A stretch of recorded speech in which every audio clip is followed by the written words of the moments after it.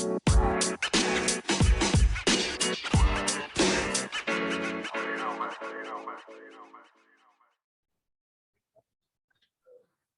right, everyone. Welcome to another episode of Titan Avenger Gaming. I have Ryan and Ross with me tonight. We're a little shorthanded. That's because life happens and family happens, and so we all got things to do this summer. But we're sure missing Luke and David. Ryan, how are you? I'm doing okay. Ross? I'm doing good. Awesome. All right. We're going to go ahead and I actually don't know. We've got a lot of things to talk about. We might wait on a couple things because I know Luke had some points he wanted to talk about. But first thing I want to talk about is Arch Manning. Ross, I know you watch some college football. So do you know all about Arch Manning and all that stuff? Okay. So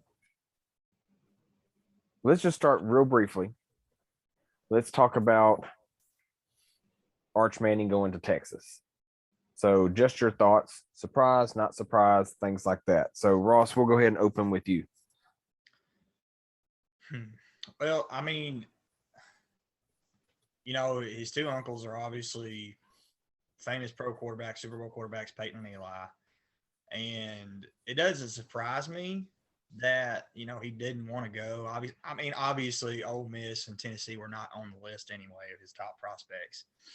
But it wouldn't surprise me if that was a factor. And like, oh, I don't want to go where my uncle go, where my uncles went. He had Georgia and Alabama. Don't know if he would have started. He probably wouldn't have started over Bryce Young in Alabama. National championship, Stetson Bennett. I don't. Let's stop right there real quick. Bryce Young, is he was he a true freshman or a redshirt freshman? He was true, wasn't he? Bryce Young would have only been, he's a freshman. He would have been. I mean, was he a true freshman last year? I think so. Yeah, so you've got to be 3 years before you can even jump ship. So Arch Manning would have to redshirt and then waste a year. That's why I was thinking too. It's like he probably picked somewhere where he knew he was going to start. He would have to. I mean, I think he, as good as they've made him out to be, a 5-star quarterback. He could have gotten the starting position at Georgia. I don't know. Over Stetson Bennett. But again, I mean, he still have to compete. You know, he's gonna go to Texas and jump right in. Yeah, and that might be why he chose. Ryan, what do you think? I don't know if he'll go to Texas and jump right in. And the reason why I say it is because, I mean, if Quinn, is that the guy's name? The Texas quarterback, the guy that was a 5-star but went to Ohio State, and he only went to Ohio State because of his the NIL situation in Texas, let's be real. But he transferred back to Texas, or he transferred to Texas. But if he is the real deal, I think no matter what, at most places that he would have gone to that was on his list, he might have ridden the bench 1 year and everything. Why Texas? I would think it comes down to Steve Sarkisian. You know, the guy, I don't think he's a bad quarterback coach by any means, to be honest with you. He did really well with the quarterbacks at Alabama. He's gotten plenty of guys in the league. Now, I don't know if all of those guys that are in the league right now are, you could consider, or all the people that he's helped get into the league. They could be bust in a couple of years, but it is what it is. But he is a Manning, so at the end of the day, he's going to know the system, or he's going to know how to play football. I don't think this is the case. Now, I'm going to bring this up, but I don't think this is the actual issue. So let's say Texas and Oklahoma decide to go the whole entire wait to before they actually jump into the SEC. From my understanding, when they actually come into the SEC full on, it will be, it could, like, he might actually already be gone by the time they finally get into the SEC. And with the competition the way it is in the Big 12, where it's oftentimes a little bit more offensive than it is defensive, that could help them out a lot more. Now, I'm not saying that they don't hit hard and things like that in the Big 12, but if it's a little bit more offensive heavy, then that could help him in the long run versus, like, there's plenty of SEC teams that you could, I mean, we've seen it over the past like 4 or 5 years.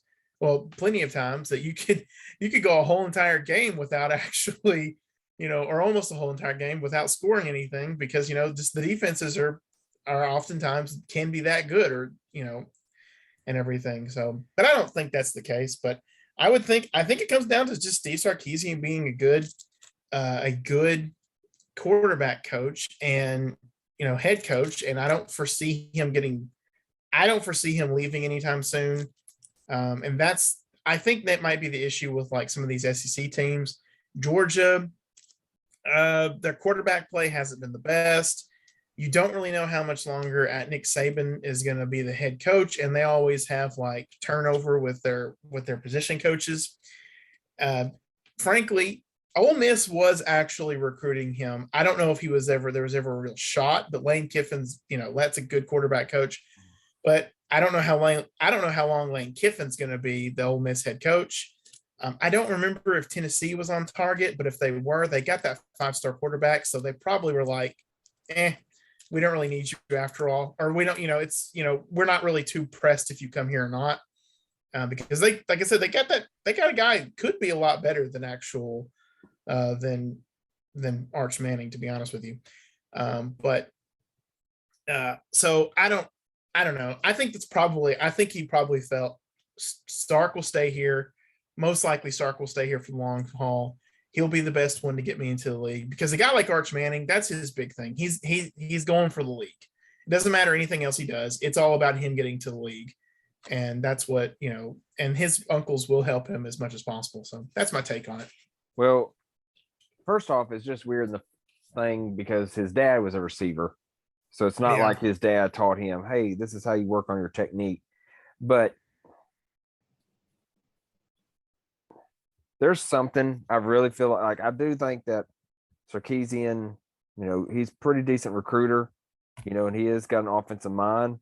But it was like Texas was not even part of the thing. It was down to Georgia and Alabama. Who was going to get them?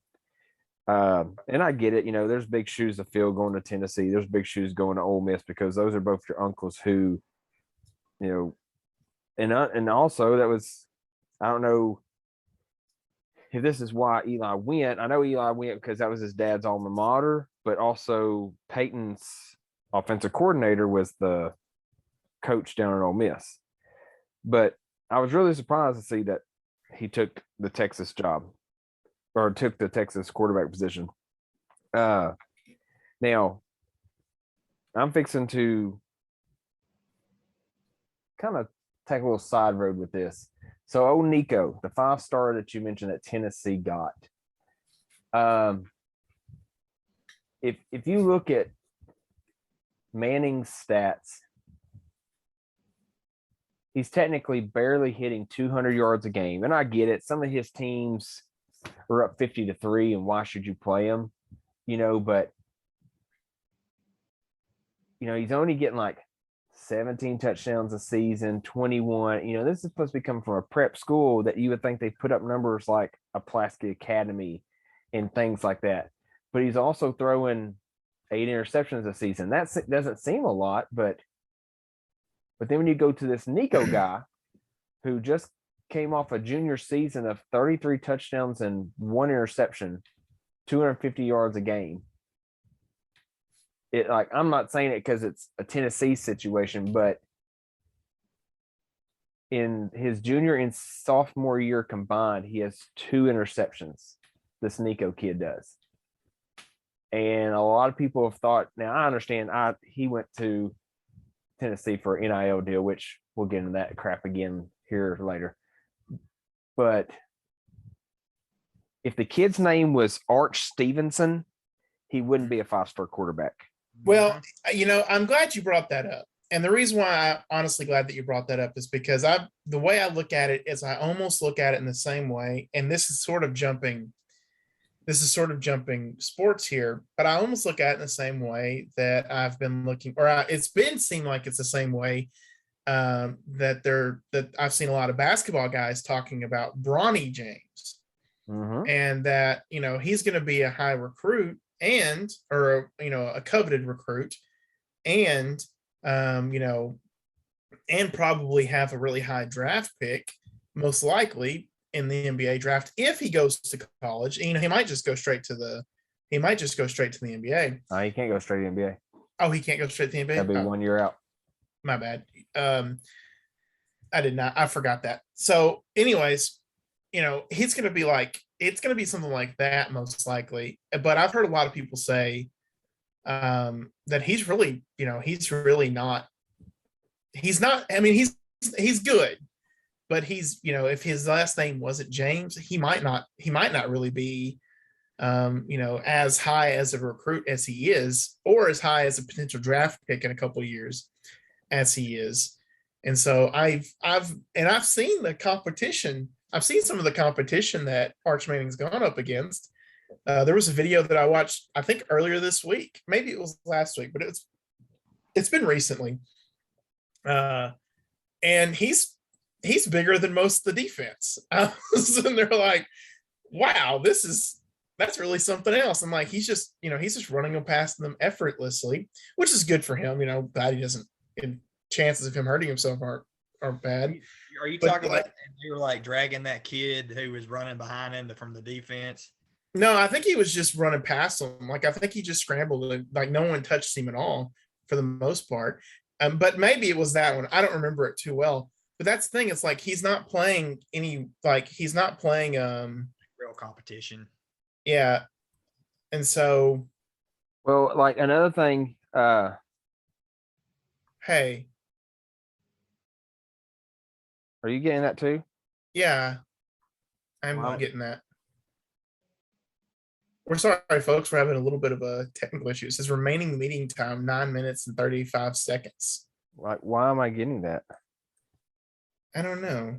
Read that before. You might be able to edit that real quick, and then it stopped. No, it didn't. No, it's counting down slowly.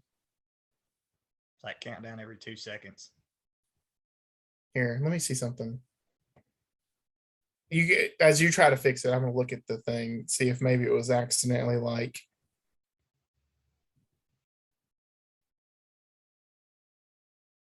Oh, that's weird. It does say from 9 p.m. to 11 p.m.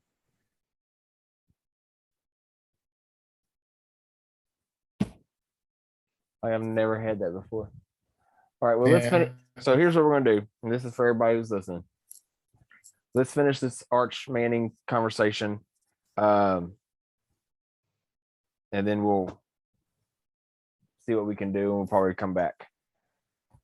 So, but no, what you're saying about like Bronny, like one of his seasons, he was just averaging like 7 points a game, and he's already a junior or whatever. And that's not what LeBron was averaging, like they talk about, well, look at some of his dunks. Well, some of his dunks have been in pregame warmups, and it's like, you can't really compare all that stuff. Let him like dunk on somebody like a Carmelo Anthony, like LeBron did. Yeah, and I've seen, and that's the thing too, is like, and this is not, I want to make this very clear. Like, I want these kids to go out and ball out and have like the lives that they've been working towards and everything. But the only reason why I've seen him play a little bit, Bronny James, is because he's playing in whatever thing. There's like a couple of potential Razorback recruits and one that's actually that's already committed to the Razorbacks, been playing against him. And they've like, there was like one of the guys that's committed to the Razorbacks for 2023 was just tearing him up on the court. And like, that's cool for us that are fans of the Razorbacks and everything. But it's like, like, and, he's like, monstering over him and everything. So I thought that was pretty neat. But yeah, it's like, sometimes these last names are really, that's all that, no offense to them, but they have more talent in their last name than they do have actually on the court itself. So, I want Arch Manning to be good just because I think that's pretty neat. But, I don't know. Like, I'm kind of wondering what's going to happen to him when he starts facing, and I hate saying this, but when he starts facing like real competition. Because, like, no matter what, it doesn't matter if it's the SEC or not. You have Brent Venables, who is a defensive-minded person as the head coach at Oklahoma now, and that's a big rivalry game. It doesn't matter what's going to happen. Like, you're going to be facing tough competition if you're Oklahoma. Oklahoma can be the worst team ever for whatever reason. And when Arch Manning in Texas comes rolling into the Red River Shootout rivalry game, that team is going to be prepared to lay the smackdown on Texas as much as they can, and it's going to be defensively. So, that's going to be, he's not going to be running past people. He's going to be having to scramble away.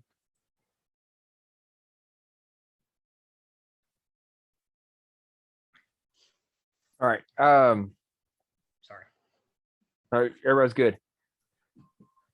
So everybody who's listening, Ryan, Ross, we're going to pause right now and see what we can fix, and we will try to come back as soon as possible.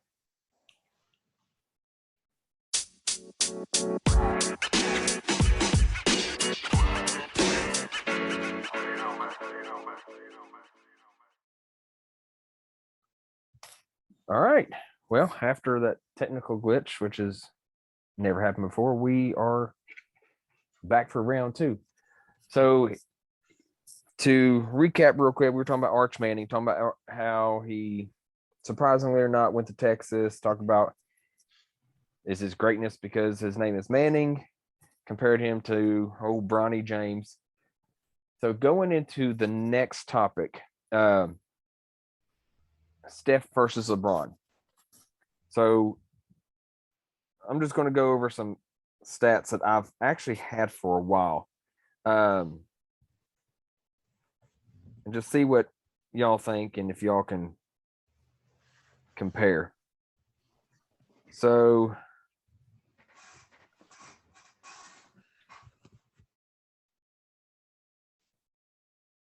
let me see. Oh, gotta find it first.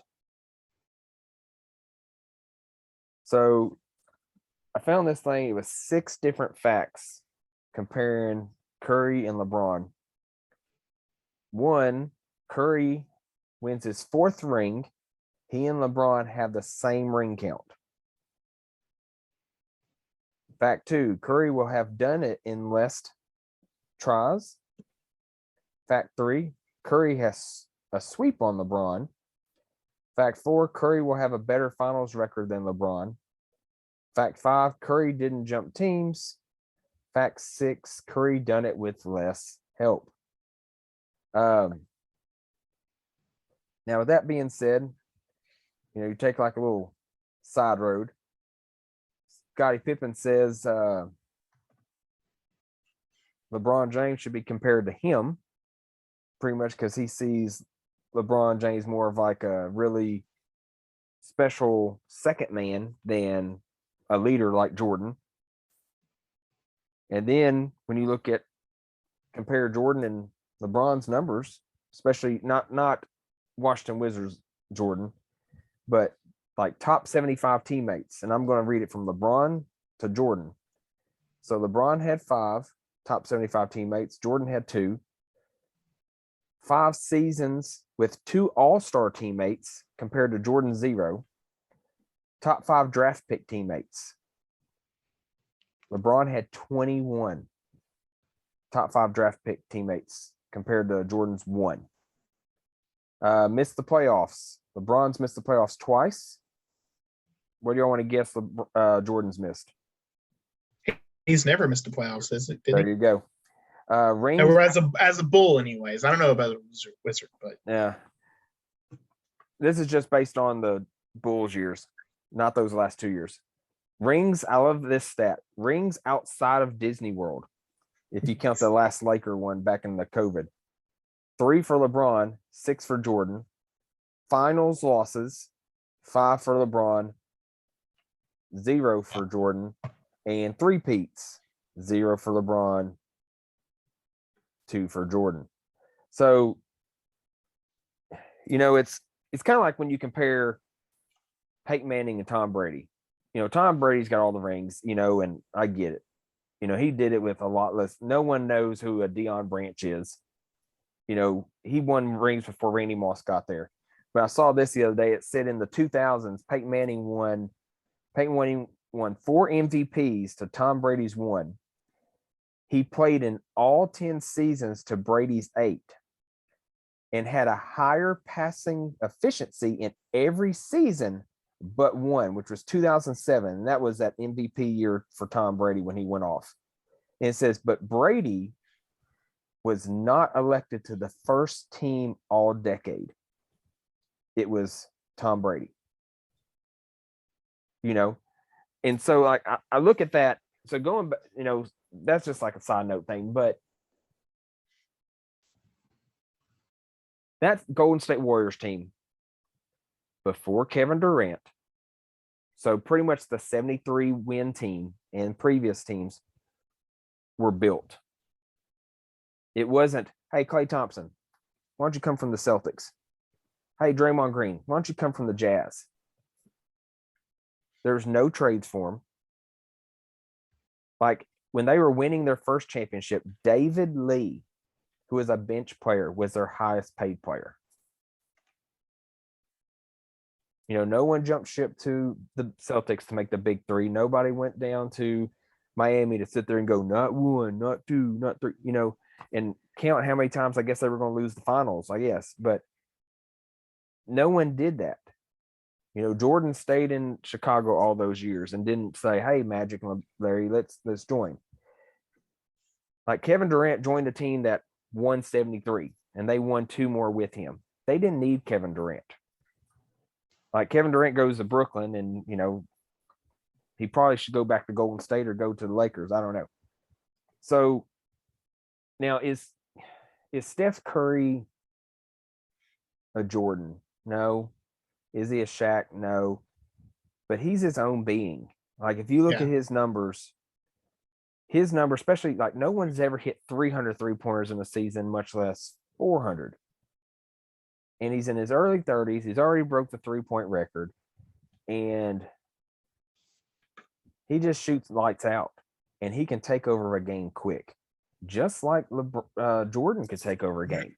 Like LeBron, I feel like when he has led his team in rebounds and assists and stuff, and I'm not saying LeBron's not good. It's just,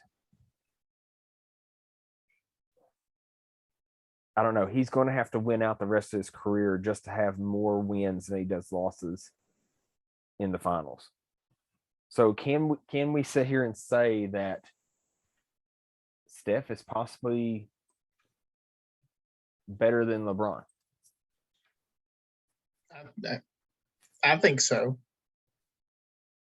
Like I do think so. Like just based on rings, or are we going with like, because I know that statistic was talking a lot about the rings and stuff, and I know that's what people look at and they go, well, that's why Peyton Manning sucked. But then again, if Peyton Manning would have been playing for 35 years like Tom Brady, he would probably hold some of these records too. I think so. Like what they say, or what is, I think LeBron is close to breaking some record, like a scoring record or most points record, something like that. Well, he's number, I have to look real quick, but he's up there. And it's because of his longevity. Yeah. But, and like how many more years older than Steph is he? Who, LeBron to Steph Curry, yeah. Probably about 5. So let's say LeBron's probably he's got 37. And LeBron went straight to the league. Yeah, And Curry was out and- for about 2 years. and Yeah, Curry's so 34, so about 3 years. unless Steph Curry just doesn't want to, like, unless he just wants to retire at some point, you know, he doesn't want to do this to like for another like 7 years. Honestly, I could see Steph Curry because he doesn't have just a bunch of wear and tear on him like LeBron does because of like the way they play the game, which isn't a knock on how LeBron plays the game or how Steph Curry plays the game. But there's a chance that, like, you know, Steph Curry probably breaks that record. Whatever record that LeBron breaks, I feel like Steph Curry could potentially break it. I don't know Well, where they are. it's on the- all-time on the points stat record. block. So here's the stats on that. LeBron has 200 games to get 1,000 points. You know, so he'll break that record. Now, here's the cool coincidence, or not the coincidence. Here's the cool thing about Kareem Abdul-Jabbar's record. He only hit 1 3-pointer out of 18 3-pointers his whole career, where LeBron has hit over 2,000. Just like when you look at Karl Malone, he hit 85 3-pointers because those were just kind of whatever. Jordan even hit 581, and he's number 5 on the list. You know, Wilt Chamberlain never hit a 3-pointer, and he was number 7. Shaquille O'Neal only hit 1. He's number 8. But you look at some of these scores, they're up there, but I'm trying to see. Steph Curry is number 47 on this list. Okay, so maybe he doesn't break that record. And 20, I just don't see him doing it just because he's already 34. And yeah, I don't see him doing it. The other thing is, now, here's my, and this goes with every single sport that there is. Here is my question about, you know, who's the greatest, who's the best one. It does sometimes for me come down to, now wait a minute, what position are they playing? Well, yeah. Because like Well, no, LeBron, I had another- to check. Like, he plays power forward and small forward, right? Yeah, mainly And- small forward. And Steph Curry plays point guard. Mm-hmm. Now, I'm not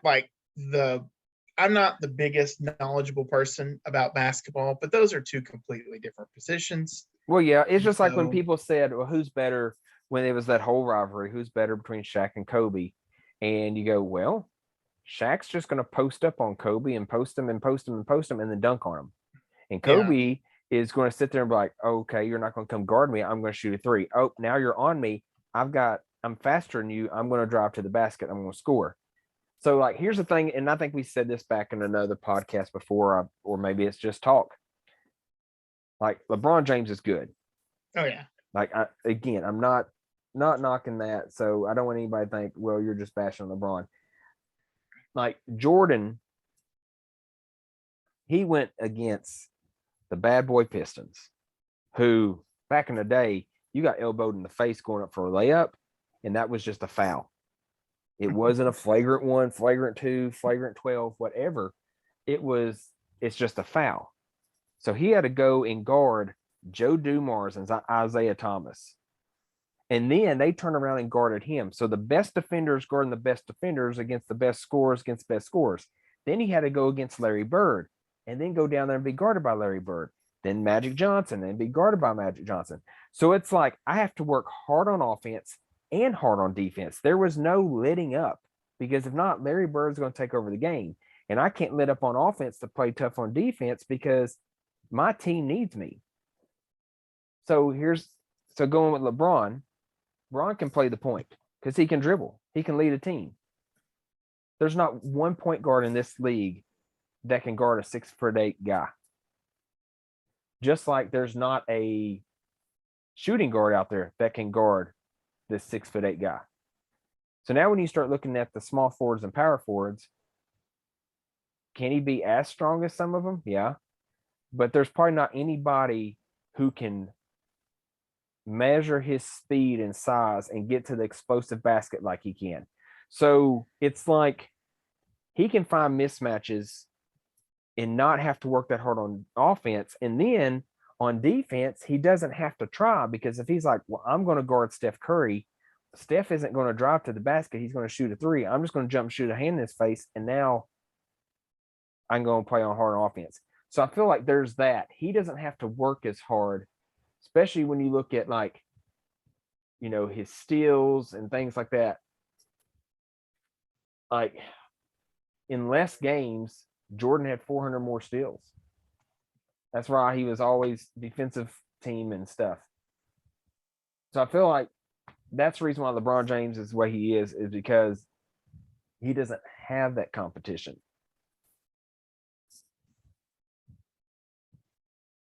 But I do like Steph more, and I do like Steph more as a player, and well, just as a player. Like as people, I don't know them well enough to make a judgment on them. Steph seems like a nice guy. LeBron, he seems like a dude that's really good with business. In fact, in all honesty, at the end of his career, LeBron might be better known as like a he might be better known as like a better owner than he was a basketball player. And I think he's going to own a basketball team. And I actually look forward to the day he owns a basketball team because, you know, I think he'll put a lot of actual like heart into it to help them as much as possible.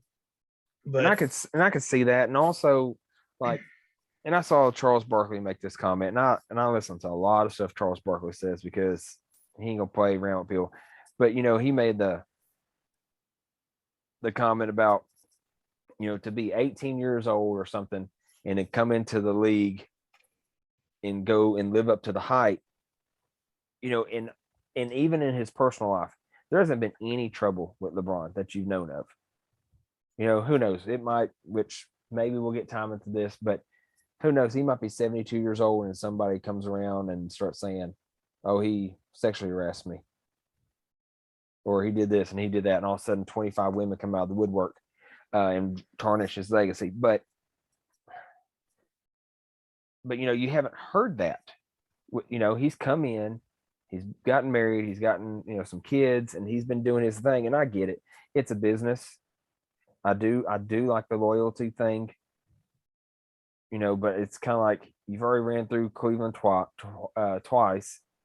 You jumped ship and couldn't win a championship there, and then you come back and you win one. It's kind of like, well, I'm going to go Showtime in LA, but now you're saying LA, forget y'all, because wherever wherever my son goes, I'm going to go play there. You know, so if he goes to Charlotte, then well, I'm going to go to Charlotte, which it's kind of like, you know, whatever. But then again, he wants to play with his kids, so it's whatever. Ross, what do you think? You know, the argument that's been going on for what, a decade now. Was LeBron better than Jordan? And now is LeBron, who's better, LeBron or Curry? I mean, in a sense, you're arguing, you know, apples and oranges, and then in a sense, you're also arguing Granny Smith apples versus red apples. You know, they do have a different skill set. You know, 5, 6, 7, 8, 10 years ago, the only thing people would argue is who has more championships. Well, LeBron, you know, Michael only has 6. LeBron only doesn't have any or whatever, only has 1. So Michael's better. And I don't think anybody's really with a brainstem that works would argue that LeBron's better than Michael. But regarding the argument that who's better, LeBron or Steph, I mean, LeBron's never going to be able to shoot threes like Steph does. Steph's probably never going to be able to drive to the basket like LeBron does and block like LeBron does. Who knows who's he going to end up having more championships? Probably going to end up being Steph, just because he's able to close out and he's able to win. LeBron doesn't seem to be able to do that.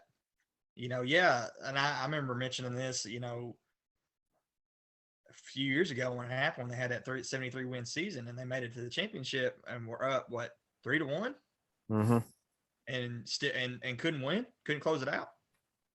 I mean, it doesn't take away from the fact that you have the best record in NBA history, but you're up 3-1 with the best record in NBA history and you can't close it out. You know, Yeah, but so here's my thing about that. Little asterisk on the, you know, little. Well, yeah, Mark on it on his legacy, but it's kind of like the teams that were. I think I don't remember what they were now, but the Houston Rockets were like a 7 seed, and they went and beat, like the Orlando Magic, the young Shaq and young Penny Hardaway. So it's like, and then like baseball, you have like a wild card team, or the New York Giants, who were like a wild card team and got hot and beat an undefeated New England team. So it's but like, so do you say, does that like bump up LeBron's legacy thing, even though LeBron or Jordan never let his team get in that situation? Like LeBron or Jordan his teams never went to a game 7, and his teams, I don't know, they might have been down 1 game, but they were never down 2-0 that I know of. Because I know his first finals, he beat the Lakers and still kind of in their prime, 4-1, beat the Trailblazers 4-2, beat Charles Barkley 4-2, and beat the Sonics 4-2. So like he beat them and then the Jazz back-to-back times. And who knows, if he didn't retire, what would happen those 2 years? I don't think Hakeem Olajuwon and Clyde Drexler would have won in those 2 years. Not saying that Jordan then would have won 8 in a row, but just don't know. But I don't think. I don't know. It just seemed tougher back then because you had to go through the Celtics, you had to go through the Pistons, and when LeBron was in Cleveland, like one thing somebody said was, well, LeBron got swept by the Spurs or something like that when he was at Cleveland. And they said, yeah, but look what he did with his team. And the other side of it was, well, who was there to compete with? There was no Kevin McHale and Larry Bird Celtic. It was like, you knew it was going to be the Cleveland Cavaliers, just like you knew it was going to be the Miami Heat. But then the prime of those 3, and they get beat by an aging Jason Kidd and Dirk Nowitzki. And some people are like, well, it was, 3 guys, they didn't know how to play with each other. And somebody's like, they had 100+ games to learn how to play together. You figure that out in the first month and then go. But you have Dirk, who all he can do is just shoot fadeaways, and Jason Kidd, who just not who he is. I think Jason Terry might have been on that team. Tyson Chandler was on the team, and just a bunch of aging guys. So it's just like I said, I saw a funny thing a while back. It was talking about that 73 win team, and somebody asked Jordan who would win, his 72-10 Bulls or the 73-9 Warriors. He goes, yeah, I think we'd win by 5 or something like that. And somebody said, win by 5? He's like, oh, you think it'd be that close? He goes, yeah, we're all in our 60s now. And so it was just kind of funny that he made that joke, like, and to piggyback off that a little bit, the game has changed. Yeah. Even compared to when LeBron was 18, it was rougher and tougher back then. I mean, he's been in the league almost 20 years, which is even crazy when I even think about it, because I remember watching his, almost probably 15 years ago, watching his the DVD set you had on his high school games. Mm-hmm. He entered the league when he was 18, and and I get it. I don't know how many seasons Jordan played, or Bird played, or Chamberlain, or Shaq or Kobe. I don't know how many seasons they played, but I do get, in a sense, that they've made the game safer, and it does allow these guys to have a little bit more longevity. Yeah. Because probably back then you couldn't go. You might not could go 20 seasons because you were getting so banged up, so injured, because it was a lot rougher and tougher than it is now. And it's a good thing, and also a bit of a bad thing, because you do kind of see how LeBron has become a bit of a whiny guy on the court. Yeah. His toe when he's out, and he's crying. And I'm being facetious when I say that, but I mean, you kind of have to look at it like, okay, if we're going to argue Steph and LeBron, or Steph or LeBron and Jordan, could today's LeBron compete in a 93 Bulls championship? You know what I mean? In that kind of environment. And again, this is the last thing I'll say when it comes to that argument of who's better. It's not just about what you do on the court. And this is going off what Ryan said. What kind of person are you off the court? What kind of legacy are you leaving off the court? And I'm not attacking either one of them's personal character. Like you said, I don't think either one of them has anybody's actually said anything bad about him. I think LeBron's a great philanthropist. I'm sure Steph is too. I mean, they make millions upon millions of dollars a year. Probably really nice guys off the court. I mean, they both got kids, and they both been praised as good family men. So I think that plays a factor into it as well. So like if LeBron was a jerk and was under constant, well, he's doing this and he's doing that. Is he as good as Steph? Even though, in the long run, he may have a championship or two more than Steph Curry. But he was a jerk the entire way. And obviously, that's not the case. But and seeing a lot of people look at it and go, "Well, what did Jordan do when he was 23?" And I'm like, "Well, he was in his second year in the league, where LeBron was in his fifth, and he's starting to hit his prime." I'm like, you can't compare age at this time. You have to compare, because if you go, well, what was Jordan doing when he was 18? Okay, he was going to college. It's like you can't compare that and go, well, LeBron had 1,000 more points than Jordan. Oh, okay, he started 3 years later. And it's just like when you look at the stats, like Jordan's got a lot of these stats that he's done in less time.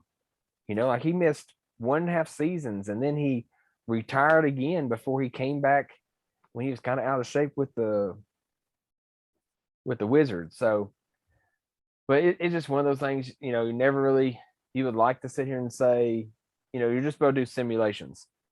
Take the 85 Bears and go against the Baltimore Ravens, and take the Bulls and go against the Warriors. Even teams that might not even be like the best record teams, and just say, well, let me get the 49ers versus the Packers. Let me get the, it's just one of those things we're just never going to be able to see.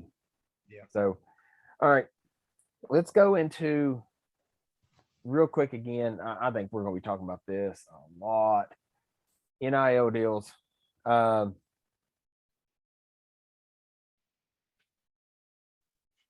Ron's got a lot to say. Like, not as much as you probably. I don't think. know, man. Well, all right. Here's where I'm going with this. Well, it's just because there's so much. He's right. There's always something new with NIL stuff, or opinions, anyways. All right. So I don't know if I'm saying this kid's name right. He is the new quarterback for the University of Miami, Jaden Rashada. Yeah, I know who you're talking about. He is getting $9.5 million to go to Miami. Hold on. And Ross, I know you're not going to know some of these names, but I'm going to go ahead and tell you where they play as I go. He is making more money, and I get it. Before I go into this, that some of these people are still rookie deals, but he is making more money than San Diego Charger running back Austin Eckler, big time running back Saquon Barkley for the Giants, Cleveland Brown running back Nick Chubb, wide receiver Jamar Chase, wide receiver Deebo Samuel, quarterback Trevor Lawrence, quarterback Zach Wilson, and tight end for the Vegas Raiders Darren Waller. And you could add to that list. Like, those are just names. I know. And what I'm saying is, and adding to your point is, he's making more than, I think, almost all linemen, besides like the tight end that you Well, yeah. But like most linemen don't make hardly anything. To be honest with you, when it comes to NFL money, like very few do, unless they're like, a staple lineman, like Frank Ragnow in Detroit. He's kind of gonna be there. Do we know if it's guaranteed money? I mean, yeah, probably. I think it is. Because if a lot of contracts, because well, like you hear it, like you're talking about, you hear it in baseball and football and basketball. You hear $100 million, $70 million guaranteed. In other words, you're getting the 70 million. The other 30 million is little perks. You got 50 touchdowns, or you broke a record, or you did this, you led the league in this, you made it to the playoffs. You got to, those are those little perks that you get, because 6 million is this, 2 million, and that equals up to 30. So you have a tendency to get up to 100 million, but that's that. But I haven't heard anything that says 5.5 million of this is guaranteed. And, and that's something I saw last year about Bryce Young. Somebody said this kid is getting this much money, and he hasn't even played a down for the University of Alabama. And that was last year. And now this year it's different. You got the Miami guy, you got old Nico from Tennessee. And not that Arch Manning needs it, but he could just go, my name's Manning. Throw me whatever. And I get it. Like the other side of it is, I don't think like kids should get college scholarships anymore. These kids should not get college scholarships because anymore. It's like people, and that was my thing. People said, well, they get paid to go to college, and they did. They were getting a free ride to the D1 schools. But now if you're getting $9 million and you can go, you don't have to live in a dorm. You can go buy a mansion. Now, and I get it. Some of these are like sponsor things. So it's like me sitting here and making sure that, I got my Yeti cup and I'm drinking it as I show my logo. You see the NASCAR drivers and they're sitting there, they get the little Dr. Pepper can, they turn to the side and drink every time. And they go, yeah, da, da, da, da, and they turn, drink to the side again. So that every time that logo hits, but then again, these schools, like Tennessee has a deal with Nike, and some schools have a thing with Adidas, some have it with Under Armour. So if you get, and I haven't seen anything where Nike that I know of offhand that have went like invested, but if Beats says, all right, Arch Manning, we're going to do you, and he walks in the stadium, they're like, well, we can't show the Beats logo because, Beats isn't sponsored in college football. It's like, so what do you do with that? If somebody walks in with a Nike thing if Nico walks in with Under Armour stuff, even if it's like he designed it, and it's his own Tennessee colors and stuff, and somebody goes, you play for Tennessee, that's Nike, you can't wear that, I guess we're going to take $1 million from you. Like I don't know. I still feel like there's gotta be some caps. Like let's say Nico goes there and Nico is average, and now there's another Arch Manning Nico guy who's supposed to be even better at the next year, and they go, well, we're going to throw more money at you. So now there's a guy making $10 million on the bench, and he's like, I don't even have to play it down, and I'm better than you, Nico. I'm better than you, Arch. He's like, oh, you want me to, and I get it. There's 21-year-old football players out there in NFL that are getting all this money, but now that's a business. I still feel like I feel like high school now is your interview for your job, where college used to be. That was where you kind of clean some of your mechanics up and audition for your career. And it still is like that, but I don't know. I mean, I really hope they'll. I mean, obviously we don't have the contract in hand for this kid, so we don't know what it all entails. We know it entails the money, but we don't know if it says you won't get a dime until you play 3 years here. You got to win a champion. You got to do something. We don't know. That's a lot of money for an 18-year-old, obviously, who has never. You're right. Has never played it down in college football. So he could end up being like Spencer Rattler. Everybody thought he was going to be the Heisman front runner last year, and he busted at Oklahoma. Well, my thing is like, what if Tennessee, puts all this money, or they get these sponsors or whatever to put all this money for this Nico guy, and he doesn't live up to the hype of Arch Manning. So now this kid's getting this money, and now you got to say, well, now we got to find another guy, or now we get into where kids are going to say, you know what, I was supposed to be getting 9 million. I'm only getting 7. I'm not coming to practice anymore. Like these guys are doing, sitting out camps, like Debo and some of these guys, like Drew Brees did. Like, I don't feel like college kids should be doing that. You want to know one of the biggest issues that the NIL, besides like the regulations, it will have to be regulated. Whether anybody listens to this, whether you like it or not, it's going to be regulated. It's going to be. And it might not be for a little bit. You might wait until all the dust settles with all of this conference realignment stuff and seeing if the NCAA is still alive before it happens, but it will happen at some point or another. The biggest issue that no one's really talking about too much, or at least I've seen very few people talk about it, is what are these NIL sponsorships trying to go after? Or what are these NIL sponsorships trying to do? And it's one of the places that we've talked about it. It's like, let's look at Arkansas. What does Arkansas have in it? Arkansas has Tyson, Walmart, JB Hunt, all these places. And, people are like, I think sort of rightfully predicting like, Arkansas,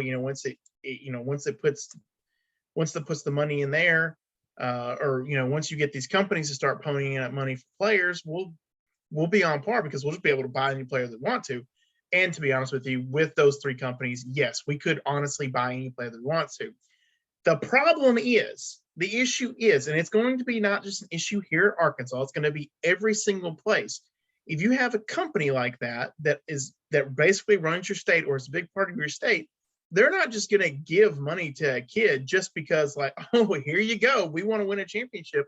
A lot of these places are eventually going to see how much does it actually profit me to give this player this much money? And if it doesn't profit them at all, like if they don't see a return in any way because of advertisements or things like that, then it will slowly not be as powerful as it is right now. And that's how it goes, because you can't mess with people's money for too long without them going, okay, I want to see a return with that money. So, and now that doesn't mean boosters won't figure out a way, because boosters love it. And boosters oftentimes are ridiculously rich and can play with as much money as they want to, for whatever reason. But if you don't start seeing a return on it, then, you're right. All right, well, we took a bet on this kid. We gave him 9 million. Well, we're not going to do that anymore. So I think eventually it will probably not be as much for most players, even if they don't regulate it anytime soon, because you want to see a return. You absolutely want to see a return. If the kid goes out there on a $9 million scholarship, essentially, and then, has to be benched halfway through because he's not any good and he's not winning any games, then they won't do that anymore. They absolutely won't do that anymore.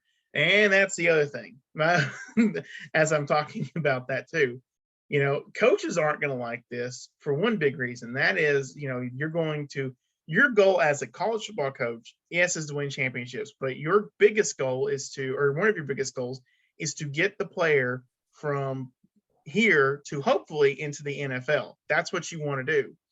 And if you're being forced to play certain specific players that aren't any good because people have spent money on them, then at some point or another, it's going to be like, oh, this isn't good because, I have this guy who's waiting in the backups. He's really good, but I can't play him because they spent $9 million on this person over here. And I don't want that to affect my overall career. Yeah. So there's going to be regulation. Like, no, again, someone could say there shouldn't be any regulations. You have to get over it. It is going to happen. There will be some kind of regulation. It will be capped at something, and it's just going to happen. Now, do I want to see players?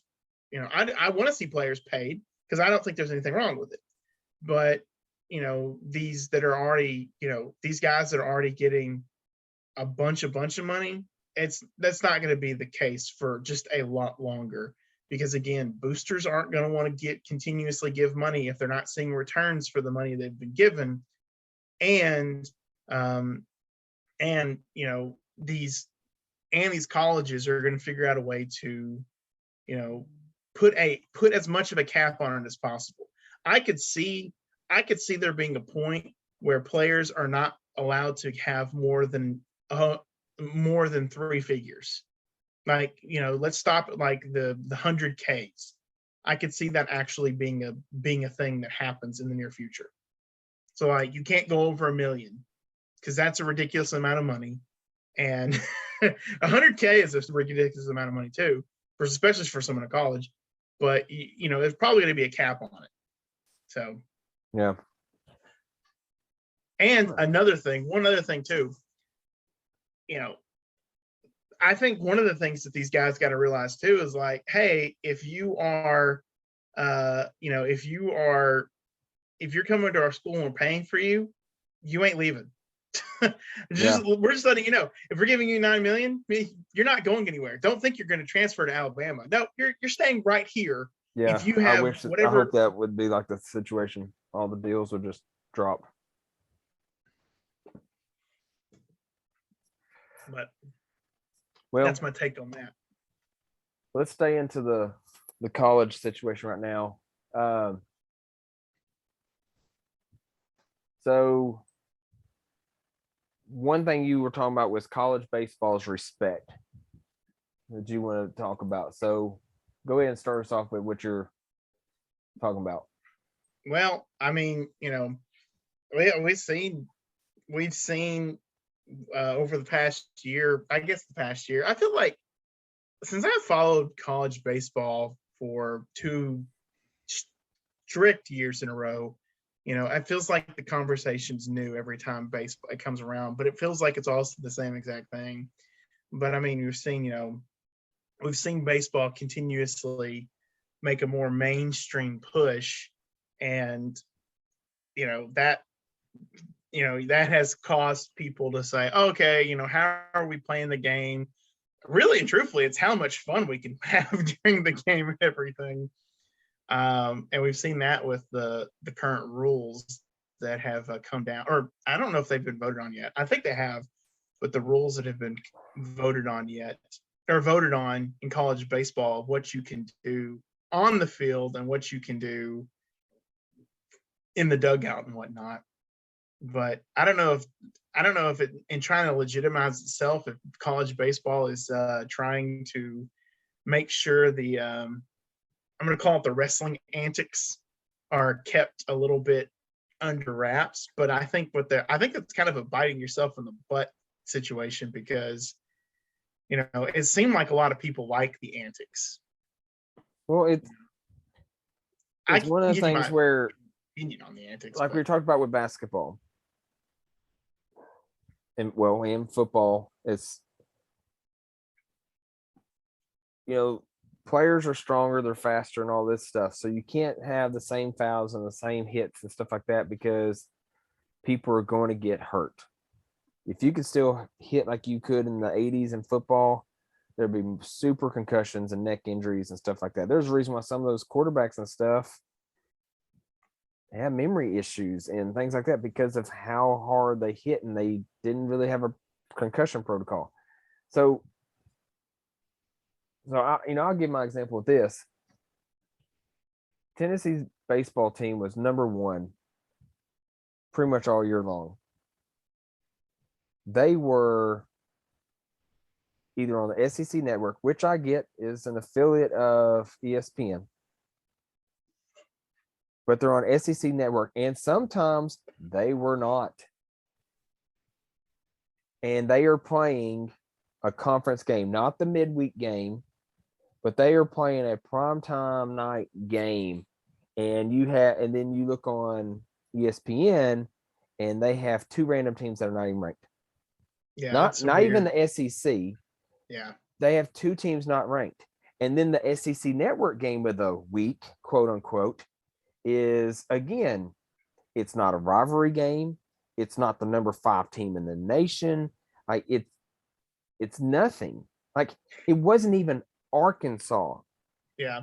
I was gonna say, didn't that happen last year too? Like I remember because I've seen that. I keep seeing that happening to these really good teams. Like last year, Arkansas and Tennessee when they played their series, that should have been like a situation where every single game Yeah. was, or at least until the series was won, was on national television. Well, like and it was like the last game that was like the only one that was actually on television. Well, when Tennessee was number 5 this year, or whatever, they were playing number 1 Ole Miss, which crazy. Ole Miss was number 1, was crap, and then wins a thing. But anyways, so weird. Tennessee beats them like a football score, like runs the house on them. And I'm like, okay, so this is the number 1 team in the nation. Why are we not making this a big deal for the weekend? Like we didn't even pick up the second game, and the Tennessee had already won the series, but we didn't even pick up the third game. And then you had Texas and Tennessee play in some preseason game, like in Tropicana Field or something like that, or maybe it was in Houston.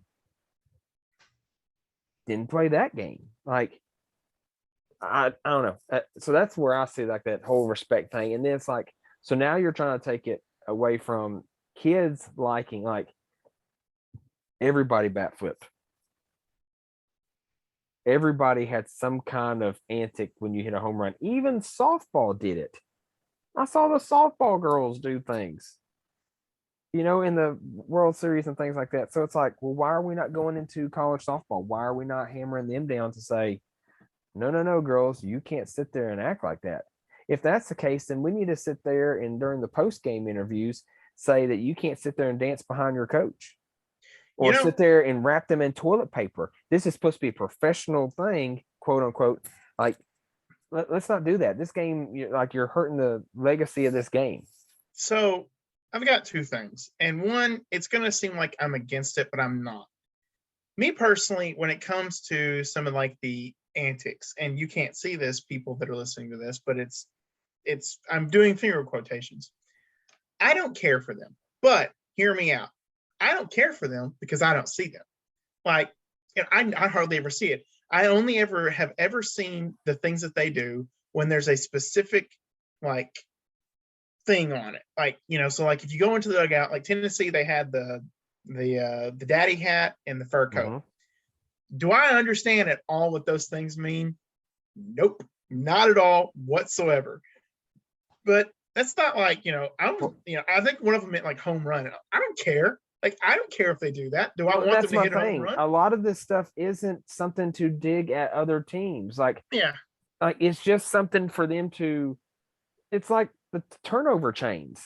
Yeah, all that crap. That's another thing. It's get rid of that. If we're going to sit here and target college baseball, then say no. You can't have a target chain or people walk around with a trophy because they got an interception. But no, fun fact, Miami is getting rid of that. But I don't.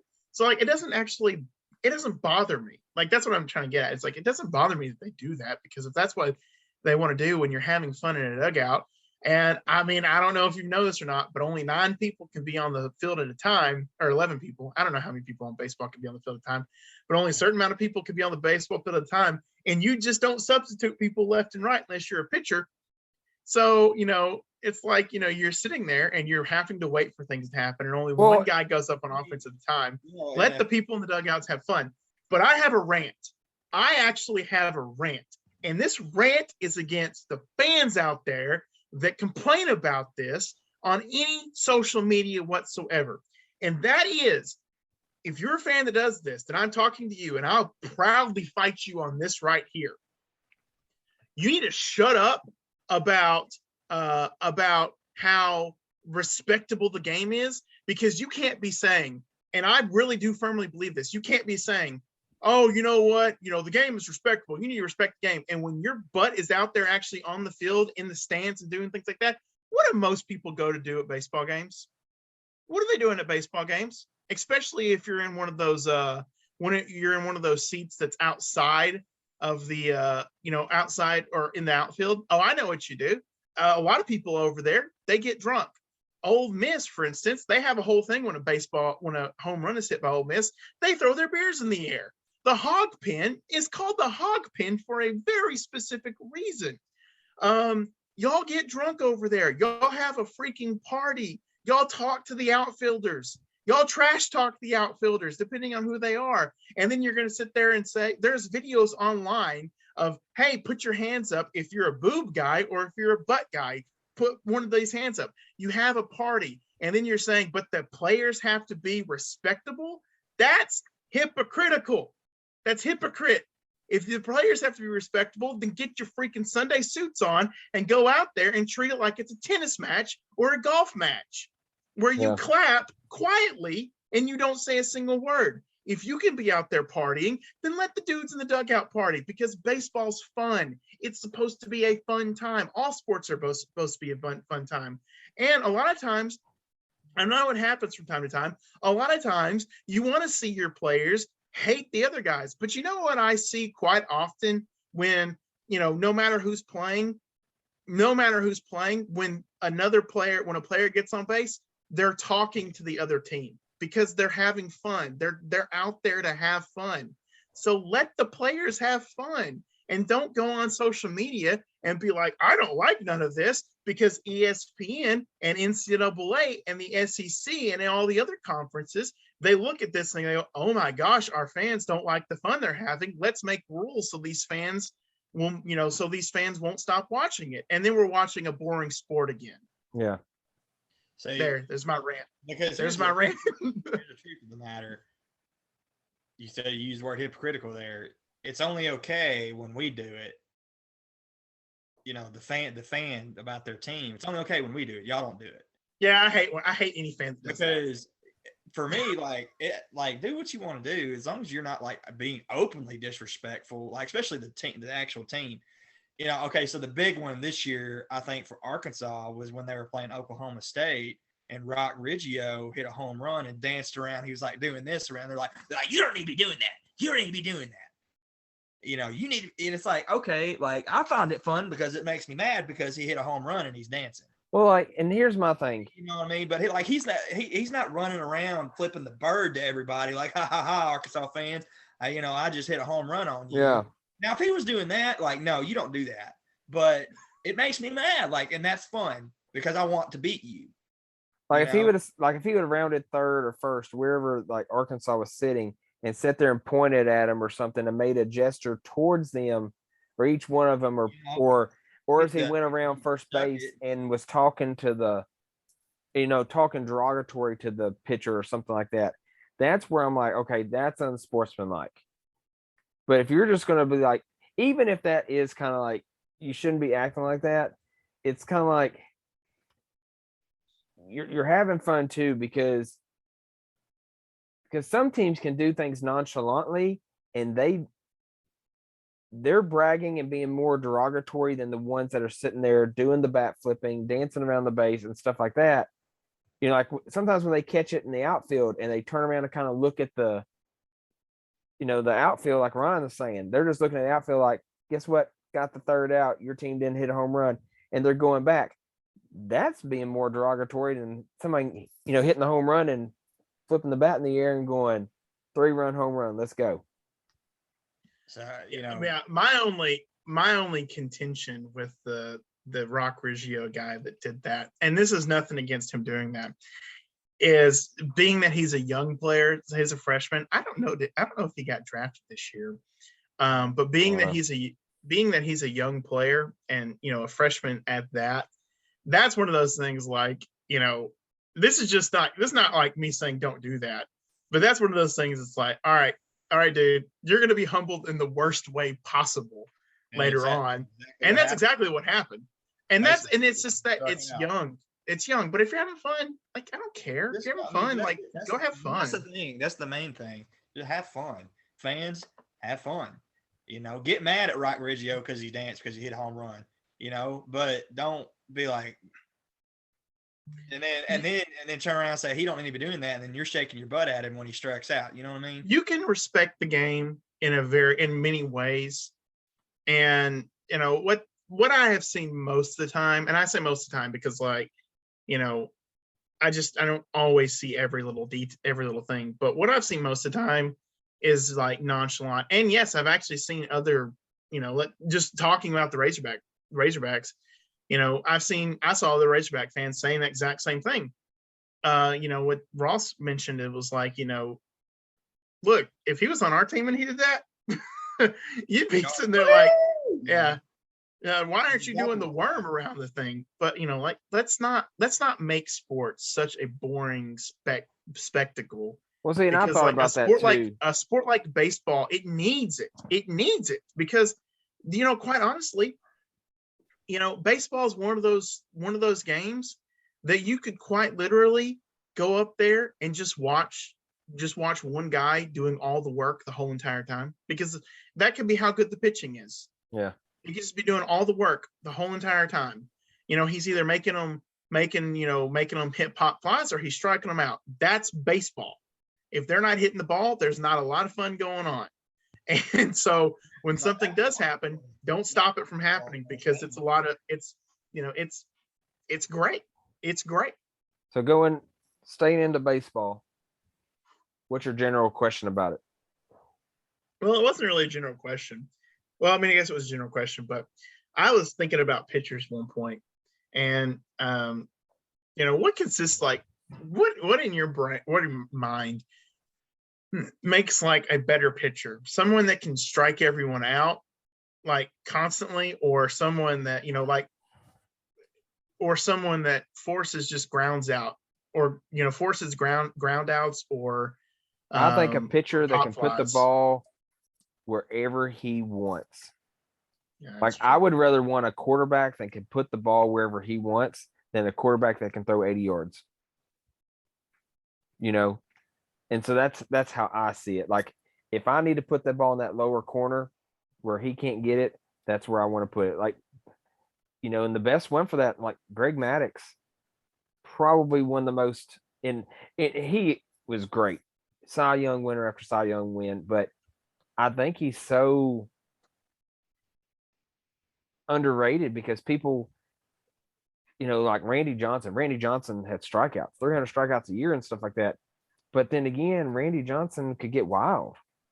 Now he had some bad times when he was at Houston. I'm glad he got a perfect game. I'm glad that he won with the Diamondbacks and stuff like that. But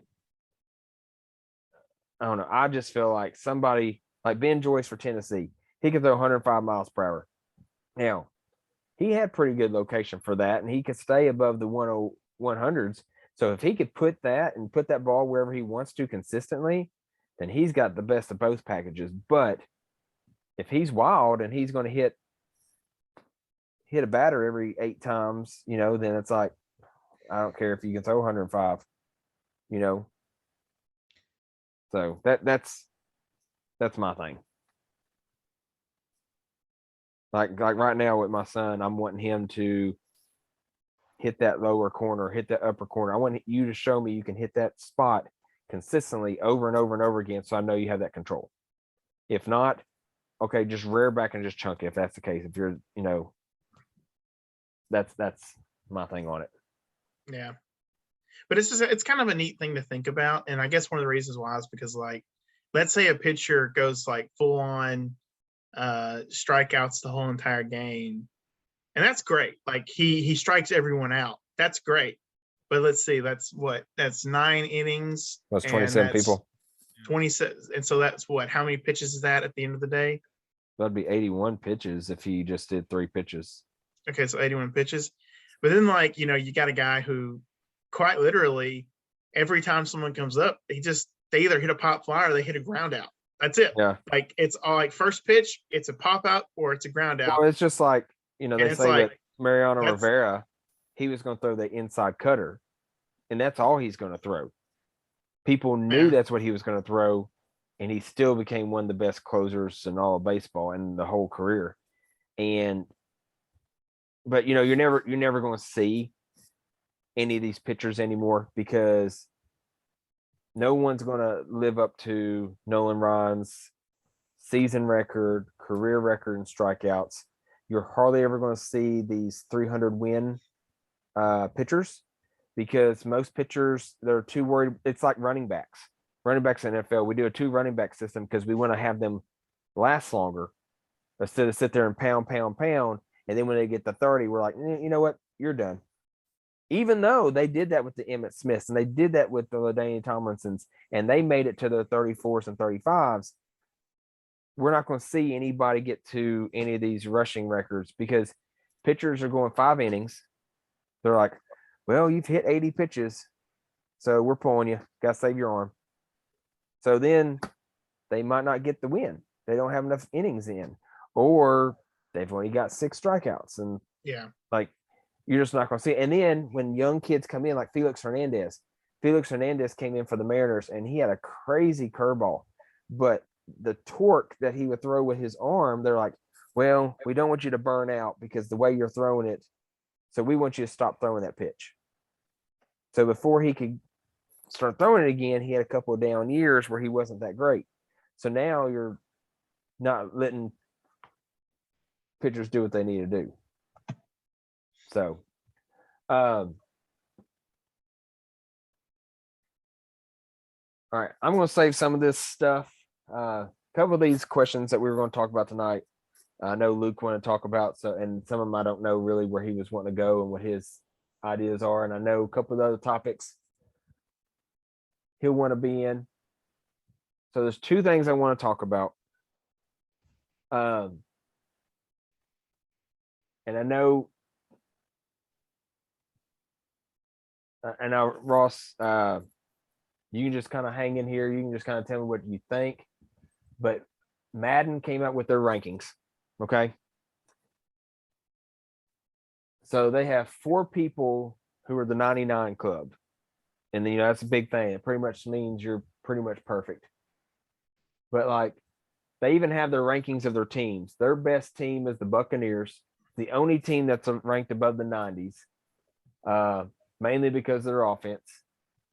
Then you have the Bills, the Rams, the Packers, the Ravens are there, the Chargers are there, the Cowboys, the Chiefs, the Eagles, or the 49ers, Eagles, Bengals, just goes down, like, just kind of shocked by that. But thinking about some of the people, so like the quarterbacks, Tom Brady is a 97 overall. Like, he's the best quarterback. I was watching someone talk about that today, and they had a real issue with that. And the biggest issue with it was, so you had the top 10. I was the top 10 quarterbacks in Madden, I think. I don't know. I know everybody's on here. I don't really understand. So it goes by what does it go by? Does it go by last year or what's going to be this year? It's a little bit of both. It's like, okay, let's say Dak Prescott had the best touchdowns ever. So that should increase or be the same this year. So it's like they base it on last year, but with the prediction, like the fantasy football. Fantasy football, when you look at the magazine, it gives you what they did the last couple of years and what they predict for this year. But like, my thing is, Russell Wilson is an 87. Do I think he should be a 98? No. But Russell Wilson was injured last year. So like, he's still going to be decent. And Joe Burrow's one good full year, and you already got him as a 90. I really think that the best offense last year and potentially one of the best offense this year would be the Rams, because of the personnel they have or had. If you're going by just last year, the personnel they had last year. And that actually, like when I saw like Matthew Stafford so low, And even the fact, I don't really think, I like the Buccaneers. I like the Buccaneers. They're an okay team, but I don't know if they deserve Yeah. the number one spot overall in pretty much in the offensive category. Like, even with the loss of Tyreek Hill, like the Chiefs offense is still explosive. It's Yeah. going to be explosive. Well, like The Rams offense, and I've seen, like, going back just using the Rams, like I've seen, like, Cooper Kupp, he was ranked pretty low, or not, or kind of low in the offensive category, and I was like, that's weird. He's on par to have like just about as good as a season last year as he did, or this coming year as he did last year. yeah. So Well, like,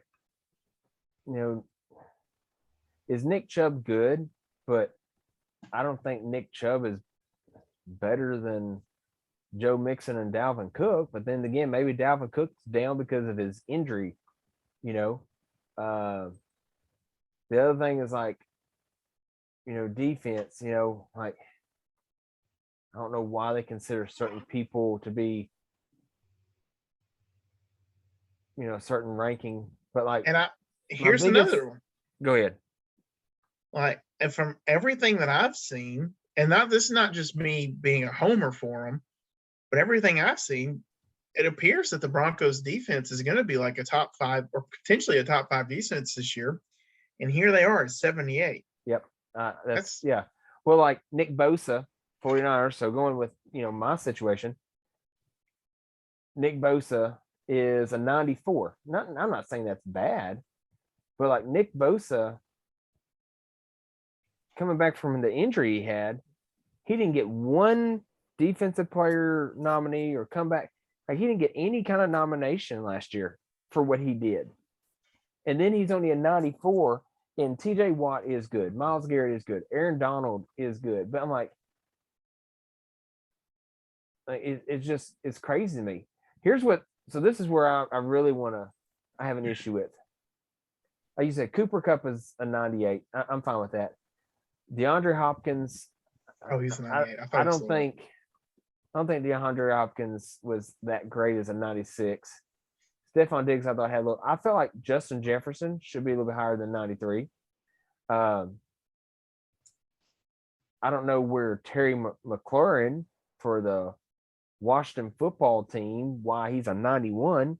Like, who throws to him to make him a 91? So if he had a good quarterback, he should be a 98. But Tyreek Hill is a 97. Like, but is he going to be?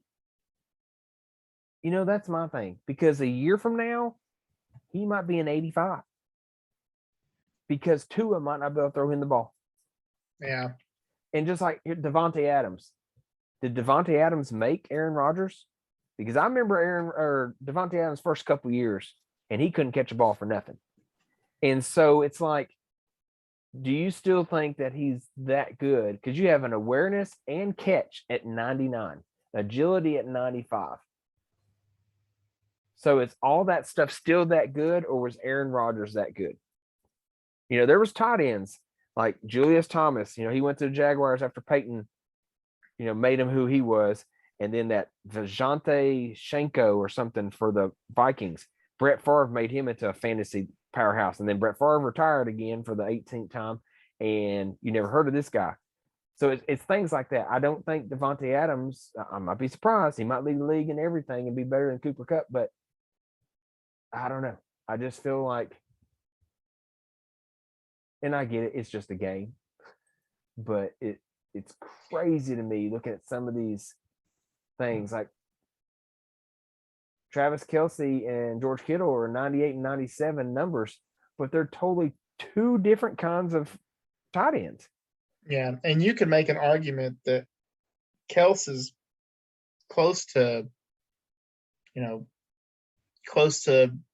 retirement. I think, if I'm correct. All right. So anyways, that's my little rant about that stuff. So here's the last thing we're going to hit real quick, and it's just going to be our thoughts, and if anybody has any information to shed on this. Vince McMahon, as of couple months ago, Triple H had to retire from in-ring because of this cardiac situation. And then Stephanie stepped away because she wanted to be with family, which everybody kind of felt like, well, that was odd. Well, then the stuff came out with Vince, and she was going to be the interim. So it's kind of like, well, she stepped away from this, but yet she's able to do this. That makes no sense. How can she be with family but be the... And of course, somebody says something and 20 people come out of the woodworks, but I'm kind of surprised because Vince has never backed down from a fight. And I feel like it's either he's like, I'm just not going to win because there's a lot more to these situations that I can't back up or pay enough money to hush hush. And I might as well just go under instead of ruin this company. Maybe he's worried about AEW taking over if this prolongs and goes even further with his name attached to WWE. Because now Triple H is healthy to take over duties, and all of a sudden Stephanie and that other con guy are co-CEOs. And then there was supposed reports tonight, and I think it might have been a little exaggerated for storyline, because they said Goldberg was going to try to replace Brock for SummerSlam because Brock Lesnar said, if he's gone, I'm gone, and he left SmackDown. But then he showed up in F5 Theory a couple times. But then again, Brock does, believe it or not, he has a lot of respect for Vince McMahon because Brock has went in there and, as mean as people say Brock is, and Brock, he can be a jerk. Brock wants to put people over. Brock has went to his old high school and has helped wrestlers, be state champions, and has went back to his college and stuff like that. Like after WrestleMania, when Undertaker collapsed, as you saw him going backstage, Brock was one of the first ones back there to check on Undertaker and to make sure he's okay. But anyways, that's beside the point. So, thoughts? Well, I think I have believed for quite a while now, and I think I've talked about this on here before, that WWE desperately wants to sell their company at some point in the future. They believe they can get, the people at the top believe they can get good value out of it, and they also believe that there's actually quite a bit of potential with the company. And I have always thought that Vince McMahon was getting in the way of that, and not because he doesn't want to sell. It's just because he's Vince McMahon. And yes, there's a lot of baggage that comes with Vince McMahon, no matter how you look at it. If it wasn't this, it was everything else. The Benoit situation, even though that's not directly his fault. Oh yeah. But the Benoit situation, how they were characterized in the 90s, and how they treated women up until very recently. And by very recently, like in the past, like 5-6 years, and everything. And there's other things, doping, all that good stuff, and other failed ventures like the XFL, and whatnot. But so I say all that because I'm sure there was companies out there that were probably hesitant on it. Now, Vince McMahon is legitimately retiring. So it's one of those things when a news story like this hits the actual news, then there's truth to it, because I think there's some legal truth to it that he's retiring. But that all being said, if he is retiring, if he's most likely retiring because he doesn't want to deal with this. If the CEO who's named, or whatever position he has, which I think he's CEO, if the CEO named can be looked at as just a Vince puppet, then he's retired, but he's really not retired whatsoever. That's kind of my take on it. So here's my thing though. I'm interested to see who's the person that's going to take over. Well, because Triple H is part of the talent. People have always said, man, I don't want to be called up to Raw. I want to stay down in NXT because Triple H knows what he's doing. He makes this show great. And then I go to Raw or SmackDown, and my character gets, wasted, and now I've either got to go back down, or now I'm just a laughing stock and I'm not being used. I'm just on the sideshows. And so, and I feel like, sometimes, Triple H, even though, he's kind of put his foot down, sometimes I've heard, I feel like now, to an extent, he can go, you are my father-in-law, but you don't work here anymore. Yeah. Like you can tell Stephanie to do this and stuff, but in the long story short, she signs her name to it. So if Stephanie or Triple H goes, you know what, this brand is ours now, and even that Khan guy, was it Nick Khan? Is that this? I think so. Yeah. Okay. It's So, a con. Yeah. If if they go, well, we don't like the storylines and stuff, and we don't like this and we don't like that, so now our name's attached to it. Nobody can say, well, it's all Vince's fault. We need to change that. Even if this is a way to get ratings back, for him just to go ahead and pass the buck or whatever. But I don't know. It's just, I'm kind of shocked to an extent. It'll be like, we'll have to see how far he's pushed out, because like, I said, if it's certain someone, then he could be looked at as a puppet. I don't think, like, if you name Stephanie the CEO, then you're going to get a puppet.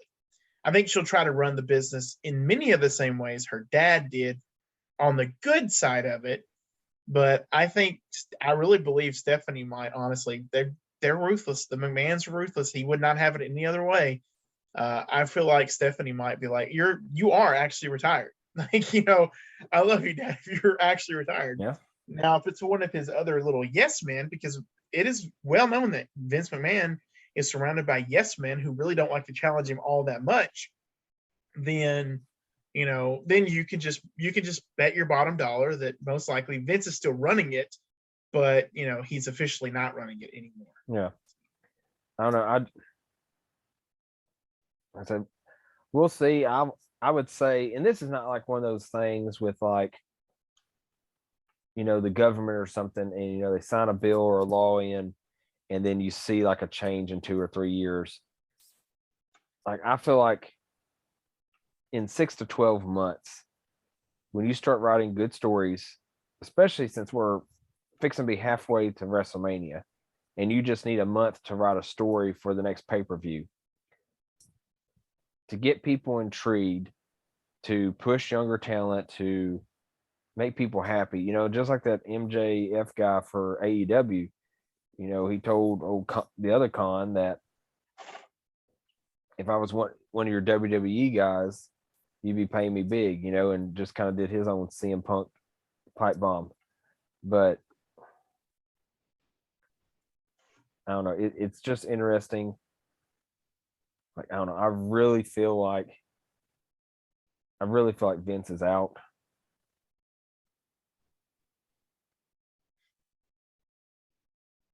And as much as I like wrestling and I like some of the younger talent, it's kind of like the whole Brock Lesnar thing. I was talking with my friend Kevin today. Brock Lesnar is still a big name, just like Undertaker was. Undertaker showed up once a year those last few years for WrestleMania, and everybody would watch just to see him continue to streak. After he lost to Brock, it was like, okay, so are they going to have him lose again to Bray Wyatt? Are they going to have him lose again to John Cena?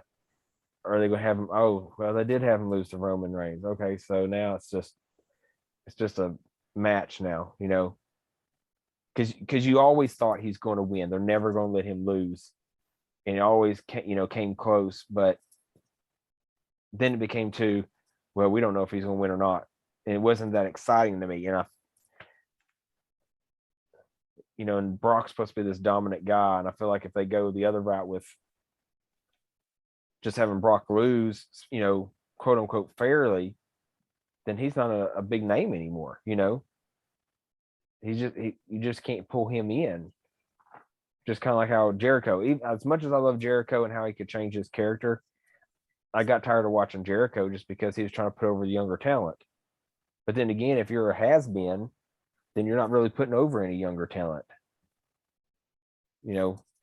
So It would not at all surprise me, to be honest with you, in the near future, if if someone else is owning the company. Like, I know he's stepping down. It's like he's retiring as like the CEO. So like I think he'll still. I don't know if that means if he'll own the company or not. He might still own the company. So, and again, that just means he still has full control of what happens. He But said he's still a majority stockholder. Yeah, so there you go. Like he's not. He might day-to-day operations will go somewhere else. He'll ultimately have the say. It really wouldn't surprise me though, and I'm serious. I'm serious. Well, I saw something about that when all this news hit, a month or two ago, talking about he's the majority stockholder. There's a loophole somewhere to remove him from it, even though they say you can't because you're the majority. There's still a loophole somewhere. Yeah. The Rock will wind up owning it. I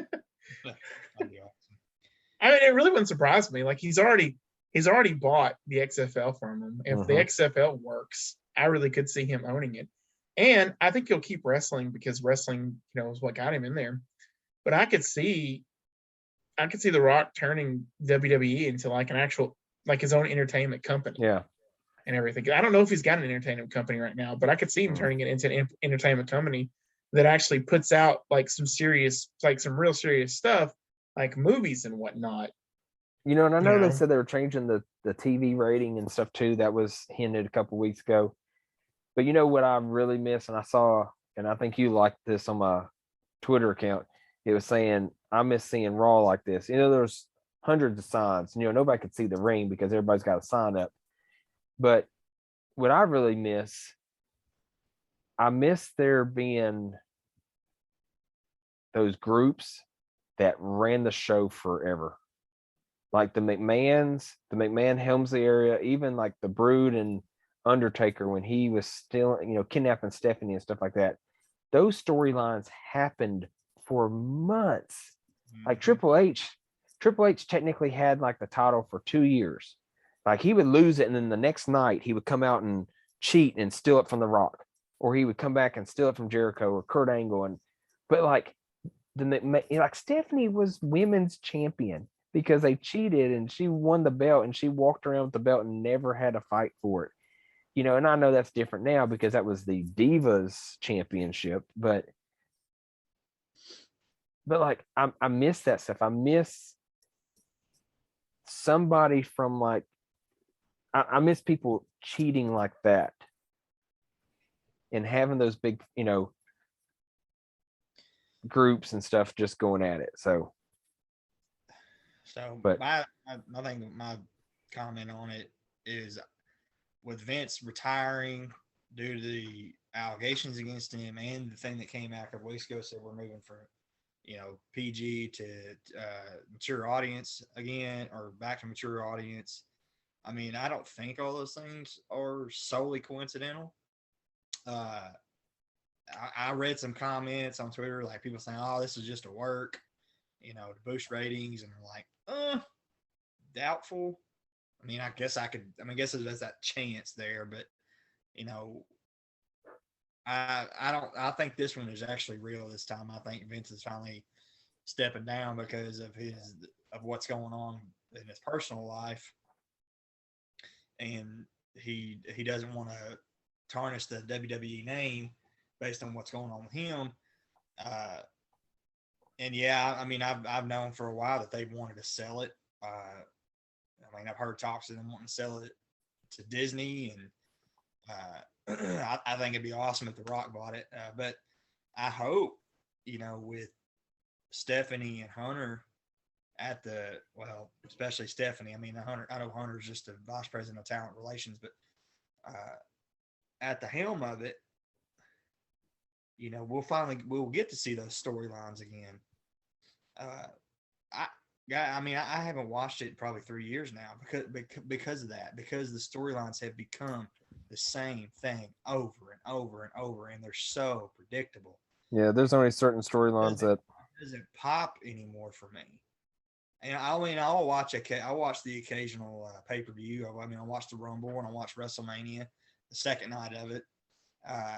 But it's the storylines. The storylines don't grab me anymore. You know, how many, golly, when you post, it's Roman Reigns and Brock again for the fifth, umpteenth time.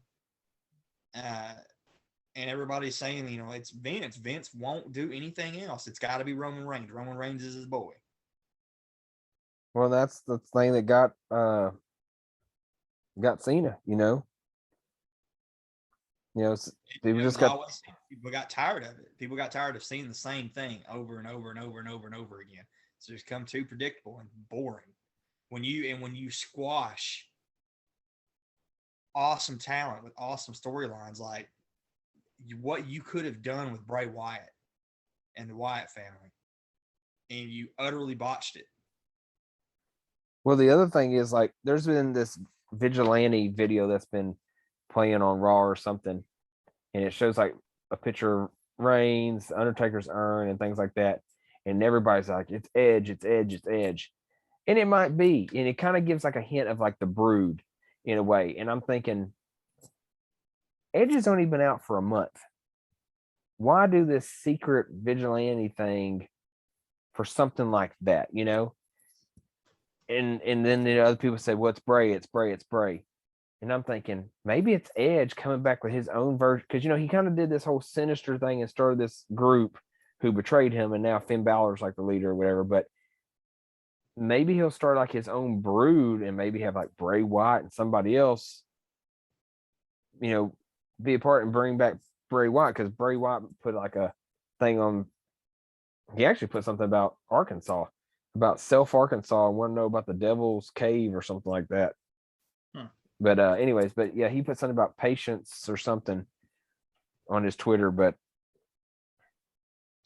so I don't know. Somewhere along the way, WWE just went somewhere where I just wish they didn't go. I wish they hadn't gone. And to me, like, and I get it. It's got a huge fan base.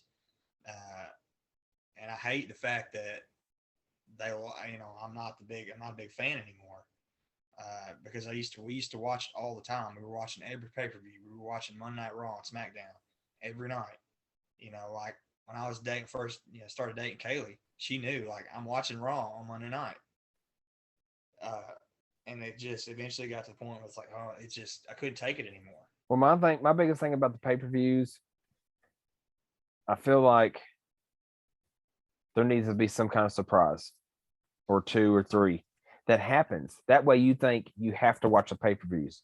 The pay-per-views have to feel special. And that's the way they used to, especially before, the WWE network. Me and Ryan never got to watch pay-per-views growing up. We always, and we wanted to.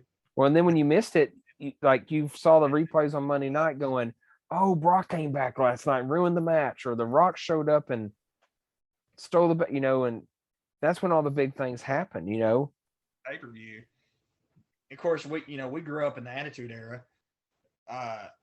but we always had to wait till the SmackDown, because we didn't get to watch Raw either. We had to wait till SmackDown to find out what happened. But that was the thing, like, pay-per-view's coming on pay-per-view, and all the big thing, that's when it was going to happen. Now it's just like, but it's just become so predictable. Me and you've talked about this, Randy, the way you never knew what was going to happen back then. Nobody knew that Vince was behind the Ministry of Darkness. Yeah. Nobody knew that. No, there was no leaks. Yeah, and I wish that was fixed too. And now you can easily predict a match because of who gets the upper hand on the go home show. Like let's say everybody knew. Let's say AEW couldn't keep their mouth shut and they posted Cody Rhodes was out. I wish there was nobody secretly saying, like, yeah, you can predict Cody Rhodes was coming back or something like that. But everybody knew he was, because they were talking about that he signed a deal a month before. Yeah. and things like that. So and then you knew Seth Rollins didn't have a match. So who's going to have a match against? Well, there's nobody else that can do it. And so people were chanting Cody, Cody. So just think how great that, like, the biggest surprise that they've had. Here's my two biggest surprises that I think they've had in the last 5 years was the Hardy Boys at Mania. Even though it wasn't that big a surprise, no one figured it'd be that big a surprise that quickly, and for them to win because they knew that they had left their group. They knew that they were doing some kind of independent wrestling on that Friday night in Orlando, wherever they're at. And then all of a sudden they're like, oh, somebody's being added to the match. And then there they come down and then they win. The other thing, and I know some people didn't like this, but when Brock Lesnar was the secret sixth man added to the ladder match in Money in the Bank and came down and won the Money in the Bank, some people were like, well, here we go again. And I get it. But the thing is, who would have thought Brock Lesnar would, I guess, you think Brock Lesnar, he's in a powerhouse match. He's in a championship kind of match. Who would have thought Brock Lesnar is at the level of his career to enter in a ladder match? You know what I mean? Those should be for like the up-and-coming people kind of sort of things, not a Brock Lesnar kind. Brock Lesnar should be like the front of the gate. I'm fixing to fight you. I'm wanting that title. And he was in it, and I was like, you know what? I didn't expect it. I would never would have known. It was just like when John Cena had that thing. It was like, oh, we're thinking fight the Nexus. Who's the guy? Everybody's like, oh, we're going to predict it's going to be this part. Or, oh, he's going to bring back The Rock. And it was Daniel Bryan before anybody knew who Daniel Bryan was. Like, really? That's who your sixth person is, And so when Brock Lesnar came down, I was like, I can handle that because I did not expect Brock Lesnar to walk down that ramp. Yeah, like if we could go back to a time where we don't know, if we could go back to the time when we have no idea what's going to happen, I would probably watch it a little bit more, because the most memorable things I remember, like when The Rock returned to host. I remember that vividly. I remember texting you and like, mm-hmm. It's The Rock. Like, are you watching this right now? And yeah, because it even went over 15 minutes than their normal time. And they were totally okay with that because it was The Rock. Like, you basically probably told them, like, you go as long as you want to. Yeah. And I remember that. Like you said, the Hardy Boys coming back. Sting. Like, that was kind of a rumor, but nobody really knew what was going to happen. I remember, like, and it was just something small, but Undertaker having a match on Raw, like for the first time in like, I don't know, 5, 7, 8 years, something like that, an actual match on Monday Night Raw against the Shield. I don't remember who we teamed up with, but nobody knew that was coming either. Yeah. Well, like, and other things, like when Batista was coming back, they announced it like 2 weeks prior. I'm like, why tell people? I understand it's for ratings. You really want to get those certain go home shows and those things ready. But I'm like, man, why tell people? Just have him come out.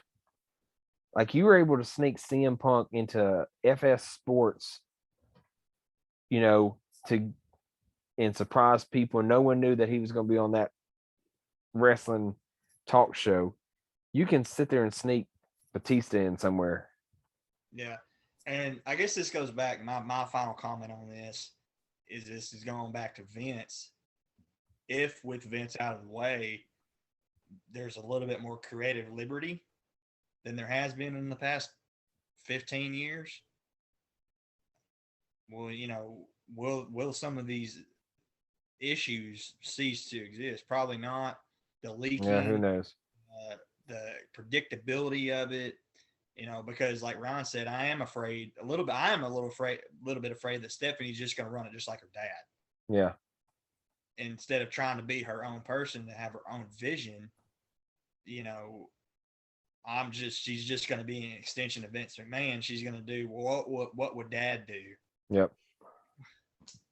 Yep. And I feel like Triple H, I don't know. I mean, we'll try to steer it back to Attitude Era times, not necessarily the brutality of it, which I would love if they did. Like, bring back chair shots, please. but we'll just like the main point is we'll just have to wait and see because we don't know at this time. You're right. It's gonna take some time to figure out the direction that they want to go in. Yeah. All right, guys. I think we're gonna end this here. Now, next time, hopefully we can have David and Luke back with us, and we can go over some of the other topics we had. Real quick, some of the topics. Hopefully we can hit on next time. Talk about Doctor Strange. Talk about Miss Marvel, how that ended. Maybe some of the other things that we're leading towards. There's also some other good movies that are coming out, if not already out. And then some of the lines of the video games. Comic-Con is happening right now. I know Undertaker was a surprise person at Comic-Con. Hopefully there's some big things going to be announced this weekend. Still a bucket list of mine. I have to go there. But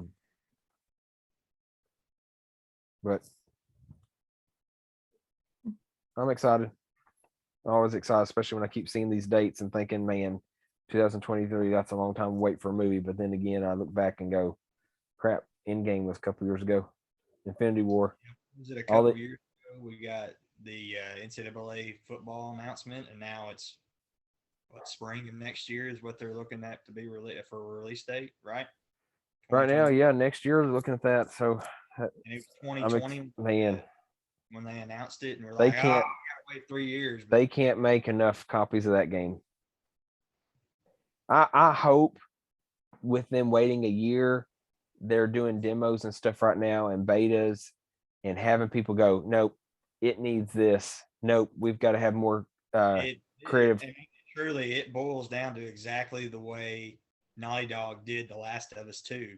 We're not releasing it until it is perfect for release. It's got to be. It's got to live up to the hype.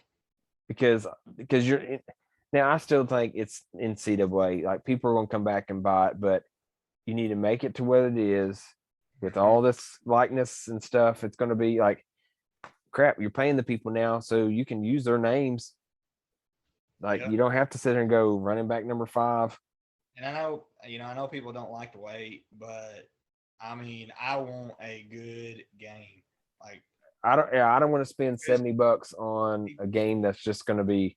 Yeah, people are so, like we ain't never going to get GTA 6. We ain't never going to get GTA 6. Like they've literally dropped almost everything to work on GTA 6. I mean, they hear your demands, but they're not going to want to give you something that you're going to be. Well, the thing about that is they need to quit because some of it comes from them saying GTA 6 2022, GTA 6 2021, and they kind of push it, and then it's like, well, where's it at? You've been telling me, and I understand. I understand COVID happened, and that was a setback for. What's not even that? Like GTA, like when did GTA 5 came out? Like 2012, I think, something like that. Yeah, and so technically, new games were coming out for that series, every couple of years, and now we're 10 years later, and we've been waiting, and we'll talk about this later, but like God of War Ragnarok, I'm stoked about that game. I cannot wait for it to drop on my PlayStation 5. I can't wait to tear a new one in Asgard, but we've been waiting for that game for 4 years. Yeah. And from everything I've seen and everything I've read, it is absolutely going to live up to the hype. Good. We had to wait 4 years because don't push something out that in a rush. Yeah. Huge disappointment. Same with NCAA football. I want it to be grand. Yep, me too. So. All right. Viewers, if you're listening, I know we've had good amount of listeners from all over the world, mainly United States. Appreciate you listening. Keep doing what you're doing. We are on, well, if you're already listening, you already found a thing, but we're on Anchor, we're on Apple Podcasts, we're on Amazon Music now, we're on Google Podcasts, we're on numerous different platforms that you can listen to. We're on Spotify. Follow us, like us, share. You can share feedback with us. anyways, Ryan, Ross, like always, appreciate you. Always loved hearing from y'all, seeing y'all, talking about everything that we enjoy together, even some things that we don't enjoy together, but we're still able just to talk about because we all have our own opinion. So, anyways, that is our podcast for this evening. Appreciate it.